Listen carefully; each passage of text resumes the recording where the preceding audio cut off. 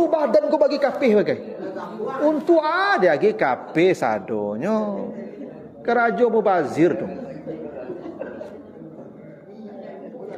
Kapih itu diagi dibawa duburnya saja. Mengantisipasi kok ada cairan nanti supaya tidak merembes ke kain kafannya, diagi kapas di bawah duburnya itu. Ikut sadonyo bungkus jo kapih, Pak. Ya kan? Apa pula dibungkus pakai kapas? Nabi itu dibungkus 3 helai saja, tanpa sorban, tanpa kamis baju.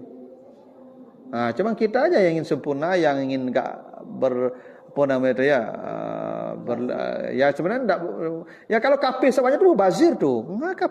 Nggak kapih daging di dado bagai, daging di liye bagai, gunanya, ya, daging lo bantah bagai, enggak ada gunanya itu. Kalau untuk di bawah pantatnya, oke lah untuk mengantisipasi cairan. Tapi yang di katiak, yang di kuah gunanya. Ya itulah. Tidak ada ya contohnya, tidak ada Nabi begitu. Sahabat pun tidak diberlakukan begitu. Istri anak Nabi juga tidak ada yang begitu. Ya, dibungkus saja, bungkus 3 helai selesai. Assalamualaikum warahmatullahi wabarakatuh. Alhamdulillahirabbil alamin. Assalatu wassalamu ala asrafil anbiya'i wal mursalin wa ala alihi wa ashabihi ajmain. Bapak, ibu-ibu, kaum muslimin jamaah salat maghrib yang dimuliakan Allah, kembali kita bersyukur kepada Allah atas segala karunia-Nya. Salawat dan salam untuk Nabi kita Muhammad sallallahu alaihi wasallam. Bapak Ibu yang saya muliakan, kita lanjutkan kembali kajian kita dalam bab Al-Janaiz, hadis-hadis yang mengatur persoalan jenazah. Kita baru sampai hadis riwayat Ahmad dan At-Tirmizi dari Abu Hurairah bahwa jiwa seorang mukmin akan digantung disebabkan hutangnya sampai hutangnya dilunasi. Nah, sekarang kita lanjutkan hadis berikutnya, hadis dari Ibnu Abbas, hadis riwayat muttafaq alaih atau Bukhari Muslim. Anna Nabiyya sallallahu alaihi wasallam qala fil ladzi saqata an rahilatihi famata irsiluhu bima'in wa sidrin wa kafinuhu fi saubaihi. Jadi diceritakan ada seorang sahabat yang jatuh dari kendaraannya dalam perjalanan umrah. Ya, jadi Nabi itu ya ada umrahnya 4 kali. Ya, yang sekali tidak jadi masuk kota Makkah di tahun ke-6. Maka terjadi perjanjian Hudaibiyah. Tapi Nabi ya menyembelih hadyu namanya. Ya, hewan sembelihan karena sudah ihram. Karena terhalang maka sembelih hadyu. Dan sahabat juga menyembelih hewan. Ada kurang lebih 1.200 sahabat itu yang berangkat pergi umrah bersama Nabi di tahun ke-6 setelah hijrah. Walaupun tidak jadi masuk kota Makkah, tapi dihitung umrah pertama Nabi. Lalu setahun kemudian, tahun ke-7, itu Nabi umrah. Namanya umrah qada. Ya. Lalu di tahun ke-8, Nabi umrah lagi. Namanya umrah Ji'ranah. Nah, baru tahun ke-10, Nabi umrah langsung haji. Namanya haji wada'. Nabi melakukan haji kiran namanya. Ya, haji langsung umrah. Itu tahun ke-10. Nah, diceritakan di salah satu perjalanan umrah ini, ya, apakah umrah yang kedua atau umrah yang ketiga atau umrah yang keempat, ada salah satu sahabat yang jatuh dari kendaraannya. Dia sudah pakai ihram. Sudah ihram dari miqat Zulhulaifah. Jatuh dari kendaraannya, mati dia. kata Nabi, mandikan dia dengan air yang dicampur bidara. Lalu kafankan dia dengan pakaian 2 potong yang dia pakai waktu dia mengenakan pakaian ihramnya. Ini hadis Bukhari Muslim. Nah, apa ketentuan dari hadis ini? Pertama, orang yang mati kecelakaan, walaupun dia mati syahid, tetap berlaku ketentuan seperti jenazah kebanyakan. Jadi misalnya orang mati jatuh, mati tenggelam, mati terpanggang, mati ditabrak kendaraan, yang mati hamil, melahirkan, itu semuanya mati syahid tuh Bapak Ibu ya. Itu semua mati syahid. Dan mereka pasti masuk surga. Ya, karena Nabi sebut begitu. Termasuk yang mati karena wabah seperti corona kemarin, atau yang mati sakit perut kata Nabi.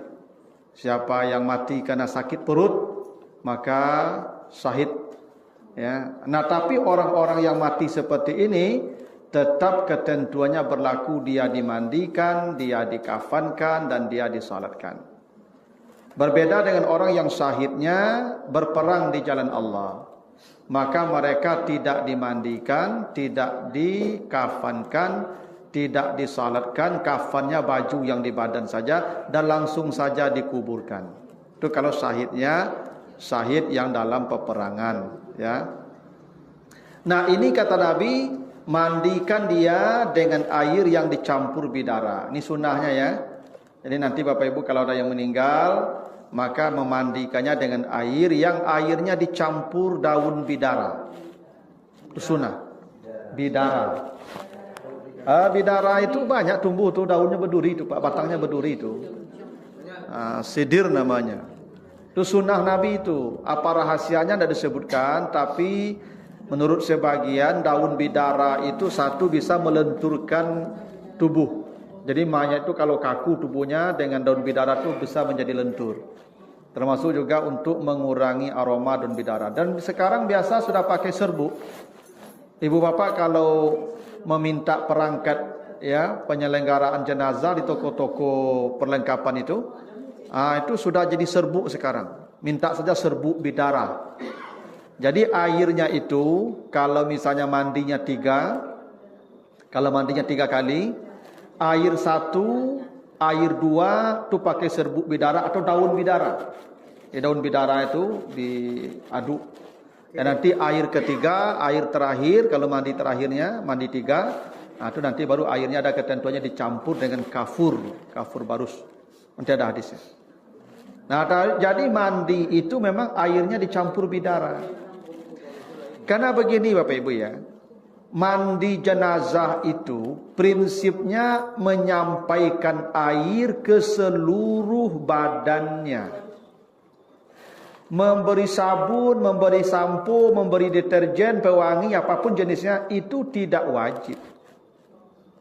Yang wajib bagi jenazah ketika mandi, seluruh badannya disiram saja. Karena prinsip mandi itu menyampaikan air ke seluruh tubuh. Karena jenazah itu perlu suci, bukan bersih. Beda bersih dan suci, Ibu ya. Ibu bapak apa-apa ke sawah, lulu mencangkul. Kumuh badan di tanah tu. Tapi apa bau duk salat dengan baju yang bertanah-tanah tu suci, cuma tidak bersih. Syarat sah salat ibadah menghadap Allah tu suci, bukan bersih. Iya, tapi suci. Tanah. Itu kalau bisa dan kalau itu memungkinkan, tekan perutnya. Tapi jangan asik menekan perut sampai sekian lama perutnya tekan terus. Karena begini, itu kalau sudah matanya sudah tidak berfungsi, ibu kalau lata kanduk, itu mohon maafnya, ibu orang kalau lata kanduk, nyu duburnya tak buka, nyu kunci dubur si kuah. Asa tak buka, matu tak kunci dubur, satu tuik matu tak buka dubur. Itu maka orang lalu tak kantuk-kantuk kadang cok tu. Ini orang lalu apa kadang-kadang kantuk yang lalu dia. Laput-laput kantuknya tu, tak malu dia kantuk itu. Iya. Ketika mata tertutup, dubur terbuka. Ketika mata terbuka, dubur terkunci. Kunci dubur si kuah. Itu makok laluk membatalkan salat, membatalkan wuduk. Kenapa tidur membatalkan wuduk? Kalau laluk terbuka duburnya begitu, pasti ada mambui keluar tu. Pasti itu. Ya. Nah, orang yang mati itu duburnya sudah los. Kalau ditekan terus, pasti keluar cairan. Tak dapat tidak. Sampai 2 jam, 3 jam memandikan tidak akan selesai itu kalau berhenti kotoran keluar dari duburnya itu. Tekan saja sekedarnya. Habis itu siram. Kalau ada kena tu ada kafan, ada kapas tadi itu. Taruh di bawahnya itu. Tak batal pula tu urusan. Karena yang penting sampai air ke seluruh tubuhnya. Karena begini Pak Ibu. Jenazah itu junub tidak junub, dia junub. Jenazah itu secara otomatis junub. Tu maka wajib dimandikan junub. Ada jamaah saya di sini, Tabiang ni Pak Ibu.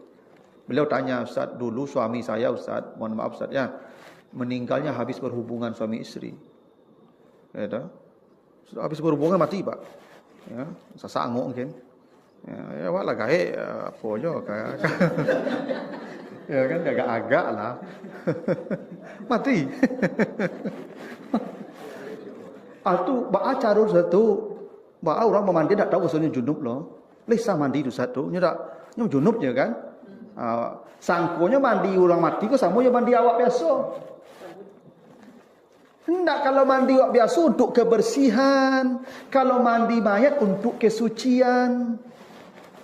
Makanya awak kalau mandi biasa orang yang duit tak berniat dia mandilah, siram saja. Kalau bersih, menghilangkan aroma, bau. Kalau orang mati itu bukan bersihnya, sucinya. Itu maka niat sengaja aku memandikan ini jenazah. Begitu disiram penuh full air kena ke tubuhnya, angkat saja dia sudah suci. Tak perlu gosok-gosok dia sabun itu. Taklah Pak, menggosok dia sabun kau tak wajib lah Pak. Ha? Ya tak perlu. Apalagi nyolah lama sakit, lama terlatak lelapuk kulitnya mah. Ya tak? Digosok-gosok juga nanti itu terkelupas dah itu. Ha? Air siram saja. Begitu Bang Mak. Karena kita hanya suci. Karena ada orang bersih tak suci, ada orang suci tak bersih. Ibu kalau misalnya mohon maaf nih, junub, lalu mandi di kolam kecil itu, kalau mandi di hotel kan ada tu, di kamar hotel kan ada bak lalu tu, model kabau, kanangan kabau tu. Ini kabau kadang-kadang macam tu. Kan? Apa? Batap.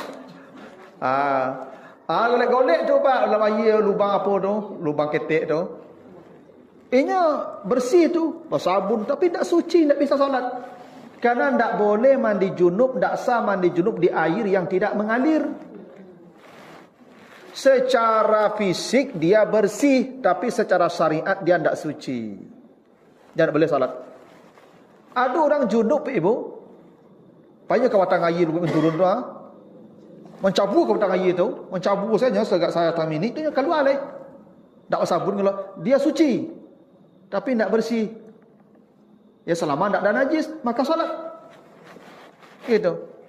Nak jenazah ni yang penting sucinya. Mensucikan jenazah, siram dengan air seluruh tubuhnya dengan niat memandikan dia. Ya. Tapi sunnahnya ada dikasih daun bidara tadi. Ya, supaya ya aroma. Jadi disiram saja, kasih daun bidara, siram saja begitu selesai. Cuma kita sekarang kena banyak teknologi yang bisa membantu, seperti ada sabun, sabunnya pun sudah sabun cair gitu ya. Baguslah. Bertambahlah wanginya mayat itu. Tambahlah apanya? Ya, baiknya, bersihnya. Ya, bahkan kalau bisa sabun tu jangan sabun yang karih itu digosok ni kayaknya. Dikeluarkan busanya dulu. Baru digosokkan ke badannya tu busa tadi.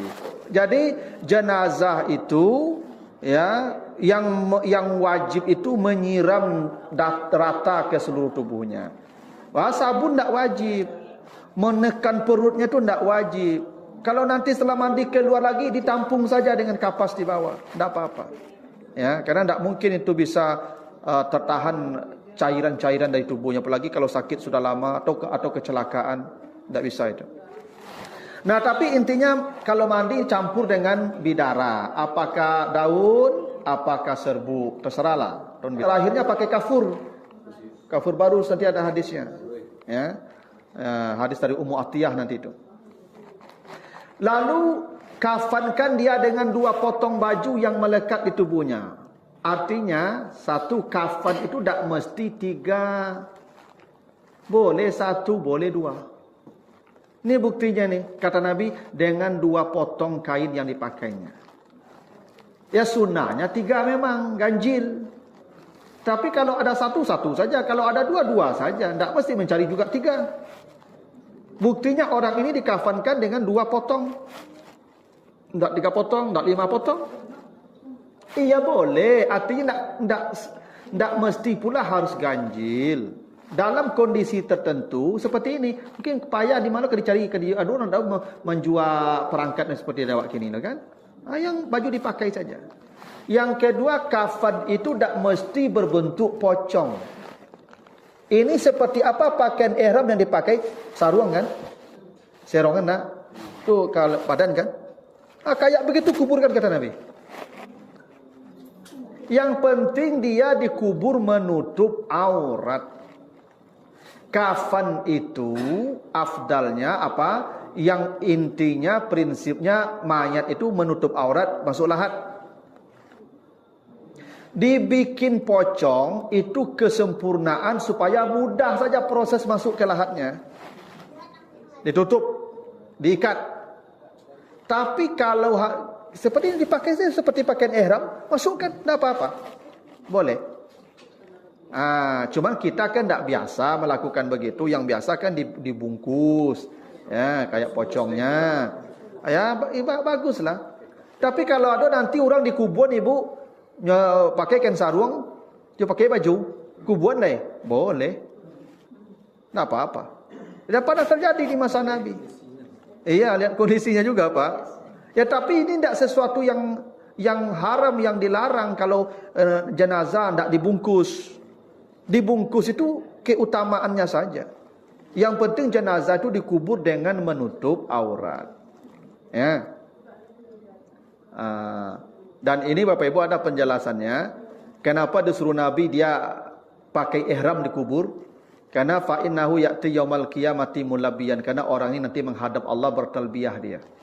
Sambil bertalbiyah labbaik Allahumma labbaik gitu. Orang nanti di akhirat ketika kiamat hari berbangkit berteriak-teriak ya wailana mamba'asana mimmarqadina haza. Ya Tuhan, celakalah kami, kok ada hari berbangkit seperti ini. Tapi orang yang pergi ihram ni kalau mati kata Nabi, dia akan bangkit labbaik Allahumma labbaik. Kami datang ya Allah, kami datang ya Allah. Tu maka ibu kalau pergi umrah minta mati situ. Ya enggak apa-apa minta mati boleh di situ. Ya kalau enggak mati alhamdulillah balik. Ya mana tahu Pak dikabulkan doa. Kalau minta mati dalam begitu ya Allah. Kalau ini mati kebaikan untuk saya di sini, matikan saya di sini ya Allah. Tapi kalau hidup baik, hidupkan saya. Boleh minta begitu Pak. Yang tak boleh itu minta mati dek payah. Bila suruh hadis dulu. Ya Tuhan, lama rasai mana kau sakit dah sudah lah kau matian selesai kau kafir tu Pak, putus tu. Tapi kalau ibu pergi haji, ya Allah, kalau saya mati, itu ibu anak ibu di belakang. Ya, kalau dia minta, ya Allah, kalau saya pergi haji ini, kalau ini kebaikan saya mati di sana, matikan saya di sana, ya Allah. Mati ibu, nanti ibu mati di waktu haji dan umrah tu datang menghadap Allah. Labbaik Allah, itu spesial. Tak banyak orang yang mengucapkan itu ketika hari berbangkit. Kebanyakan manusia hari berbangkit mengucapkan kalimat tadi, ya wailana, celaka kami, celaka kami. Dia tidak celaka, labbaik Allahumma. Itu tu. Makanya yang mati dalam keadaan baik seperti haji umrah itu, maka dia nanti di hari kiamat keadaannya baik pula. Yang mati sedang sujud, nanti dia datang ke Allah dalam keadaan baik juga. Yang mati sedang pengajian seperti ini, kalau ada yang mati, nanti menghadap Allah dalam keadaan baik. Ya. Yang mati sedang puasa. Ada mantan rektor UIN ya, Pak Profesor Sirajuddin kan, meninggal di hari Kamis Pak. Sidang saksi di pengadilan. Meninggal beliau di hari Kamis sedang berpuasa tu Pak, jam 2 tu. Belum berbuka itu. Sedang puasa Senin, sedang puasa Kamis itu. Yang kayak begitu tu Pak. Yang mati sedang baca Quran, mati sedang ngajar, mati sedang jadi imam, sedang ceramah, sedang khutbah. Yang begitu tu. Nanti dia menghadap Allah spesial keadaannya tu. Kayak orang yang mati umrah ini kata Nabi. Fa innahu ya'ti yaumal qiyamati mulabbiyan. Gitu. Ini mati-mati yang di tempat yang baik ini pasti baik. Ya. Ciri-ciri mati yang husnul khatimah di tempat-tempat yang baik. Ya, tapi kalau mati di lokalisasi tidak mungkin itu baik. Ya. Iya. Mati sedang bakoa tidak mungkinlah baik. Ya, sedang karaoke, mati tidak mungkinlah baik. Mana tempatnya sangat baik? Bagaimana pula tempat itu? Ayo. Ada gitulah. Nah, kita lanjutkan ya hadis dari Aisyah nih ya. Hadis dari Aisyah ni hadis riwayat Abu Dawud dan Ahmad. Lama aradu ghusla Rasulillah sallallahu alaihi wasallam qalu wallahi ma nadri ya nujarridu Rasulullah kama nujarridu mautana amla. Jadi diceritakan ketika Nabi meninggal, ini kerabat-kerabat Nabi ketika hendak memandikan beliau, kan Nabi itu meninggalnya di kamar Aisyah. Tentu Aisyah tahu dan Nabi dan Aisyah lihat tuh keadaan Nabi dimandikan. Ini kerabat Nabi bingung, ini Nabi mau dibuka bajunya seperti orang kebanyakan dibuka bajunya atau tidak. Akhirnya Nabi bingung para kerabat nih. Mana cara memandikan Nabi ya? Akhirnya mereka seperti bahasa awalnya telayangnya. Sambil tagak tu seperti tertidur sebentar. Ya. Tiba-tiba mereka sepakat saja untuk tidak membuka baju Nabi. Maka diceritakan Nabi dimandikan dalam keadaan baju utuh di badan beliau. Ya. Apa makna hadis ini? Memandikan jenazah tidak mesti dibuka bajunya. Boleh jenazah itu dimandikan dengan bajunya. Itu kenapa saya katakan tadi memandikan mayat yang penting basah kena air semua badannya. Gosok tidak penting, tidak wajib. Sabun tidak wajib. Maka boleh dimandikan orang pakai bajunya saja, mandi baju-bajunya. Itu boleh supaya lebih bersih. Itu tuh tujuannya. Ya kalau Nabi kok udah bersih, Pak. Maka Nabi tidak dibuka bajunya, dimandikan kata Aisyah, dimandikan dengan baju itu. Bahkan dari dengan baju juga. Boleh. Iya. Mandi saja, tidak dibuka. Karena Nabi dikuburnya langsung di kamar itu. Tidak diangkat ke mana-mana. Ya, Pak. Nabi mati di sana, mandi di sana, kubur di sana. Di kamar Aisyah itu. Tak ada pakai keramik lah macam ni lah. Tak kabong-kabongkai keramik lah Pak. Kasih saja. Kali je langsung. Begitu tu. Jadi kalau nanti bisa jadi begini Bapak Ibu. Tubuhnya kau lah rapuh mana Pak. Atau kain kau lama lakik ke kulit. Bisa jadi Pak sakitnya Pak. Tagalatak. Bisa jadi kau tak diaben dek keluarga lah kan. Baju kau tak tukar-tukar lah Pak lah seminggu. Misalnya. Kan zaman susu banyak apa-apa kau mati tak menantu saya kan. Di surau mati lapuk saya Pak. Dicampat orang rumah. Banyak kejadian itu Pak. Kini tidak ada pensiunan mau baben mah kalau ada pensiun tantu le kau. Ya kau. Dulu apa-apa kerajo kan ke sawah ke ladangnya. Dah tahu. Dah ada tenaga lah gaek lah, dak batalu itik ko lah itu kandang ko tutui sele ko. Ya kan itik ko mako dah dicari pulang kan dari batalu apa? Dak batalu itik ko ada jadi cari lah. Ya dah. Maka apa-apa ko banyak tausia di hari tua tu. Lalu di surau kadang menumpang di rumah gubuk ketek, sakit lama lah mati di situ surang ibu. Ya. Banyak kejadian begitu tu Pak. Lama laki baju ke badan kau pak. Jangan deloi baju dulu. Mandikan saja dengan baju-bajunya itu. Iya. Bungkus saja dengan bajunya itu, siram dengan bajunya itu. Gitu. Nabi saja normal, tidak dibuka bajunya. Tidak ada kewajiban menggosok-gosok tu, tidak ada.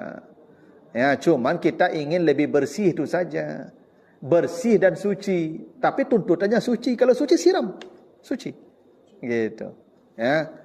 Jadi dalam hadis ini Aisyah bercerita Nabi itu tidak dibuka baju beliau, dimandikan dengan baju itu. Nah, hadis dari Ummu Atiyah, dakhala alaina Nabi sallallahu alaihi wasallam wa nahnu nughassilu ibnatahu. Jadi ceritakan Ummu Atiyah ni memandikan anak beliau Zainab. Jadi kan Nabi itu punya anak 6 dari Khadijah ya. Ada satu lagi dari Maria Ibrahim.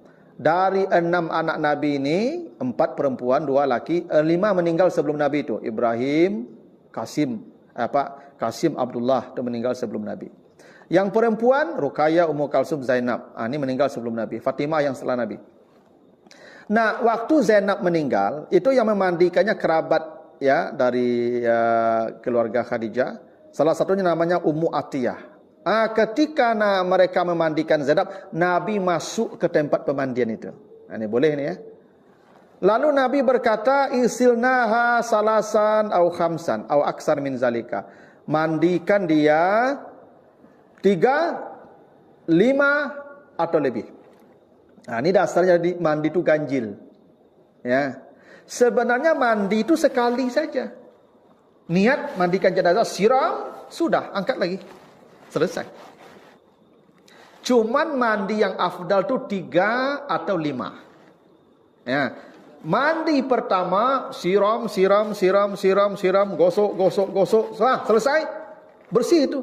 Mandi pertama itu yang mandi sesungguhnya. Mandi kedua tu mandi sunnah saja, siram saja.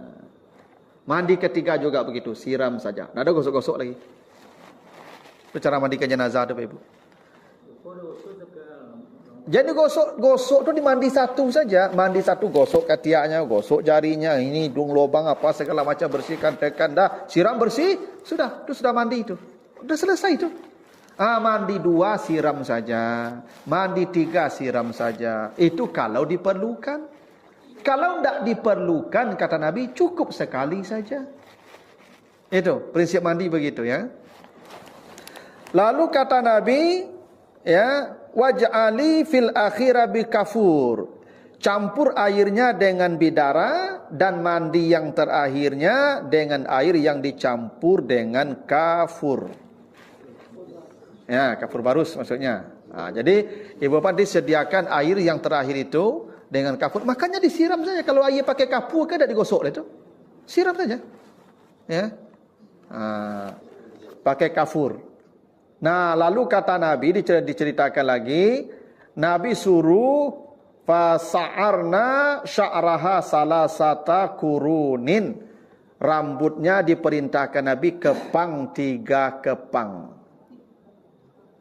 Jadi rambut Zainab itu dikepang panjang, dikepang 1, 2, 3 di tengah. Tak boleh kepang 2. Bukan tak boleh sebenarnya, sunnahnya 3. Nabi suruh kepangnya 3.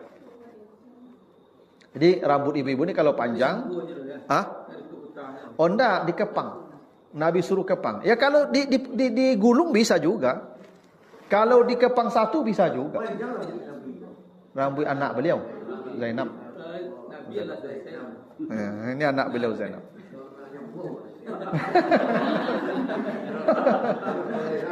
Ya. Yang penting lenamu duduk dengan ceramah lah tu. Lah tua-tua kau pengana kadang-kadang cerita lah Pak. 10 diajan sabale lapih itu. Ya enggak apa-apalah. Yang penting ledo semangat untuk mentanga itu menutup pintu neraka. Kan kata Nabi.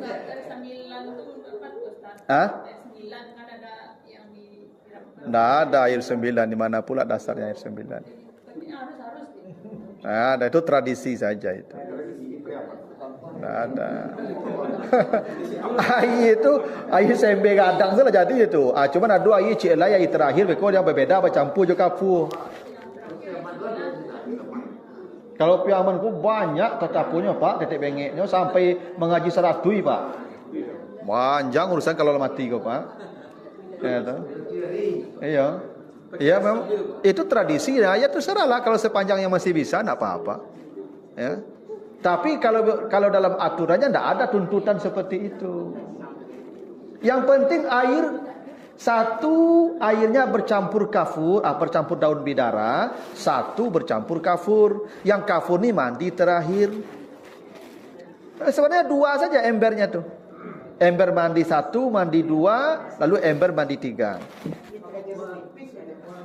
Jeruk nipis itu pengganti bidara mungkin. Kalau bidara tidak ada, pakai jeruk nipis karena itu menghilangkan aroma. Dulu dah bagi orang Arab bidara itu yang paling mudah mendapatkannya. Ya. Lalu hadis berikutnya, ya hadis dari Aisyah juga, hadis Bukhari Muslim.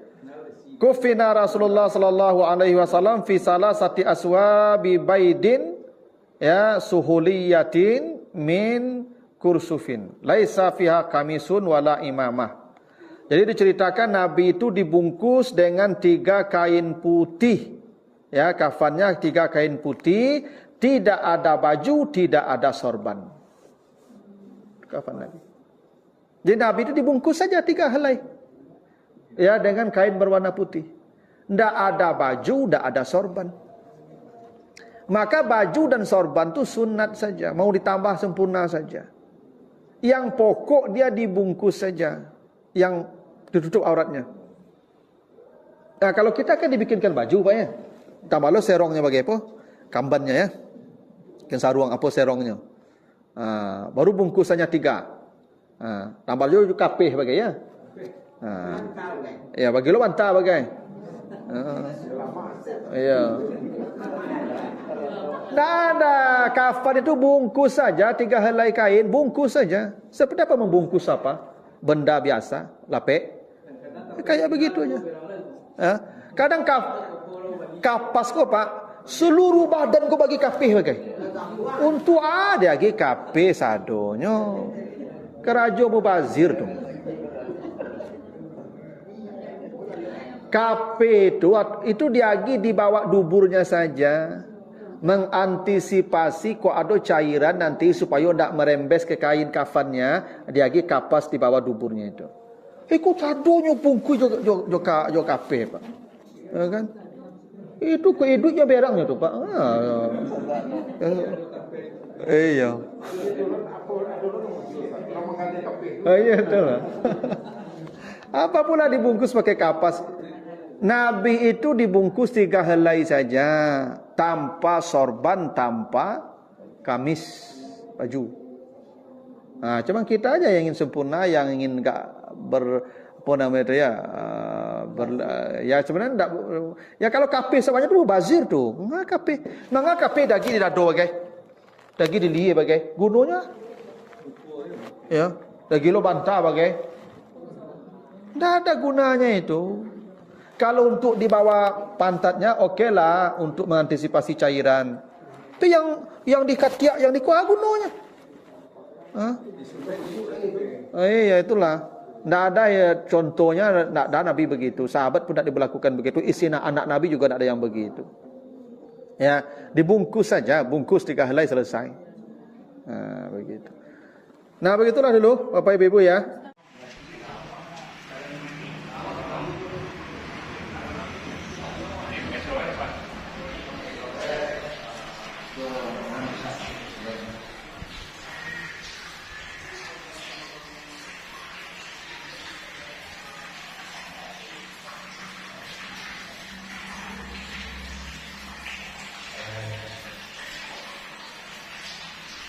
Kalau mau keke punya, ini dulu. Itu. Oh, keke sore ya. Satunya ada yang bisa duduk. Jadi kita sesuaikan dengan kondisi.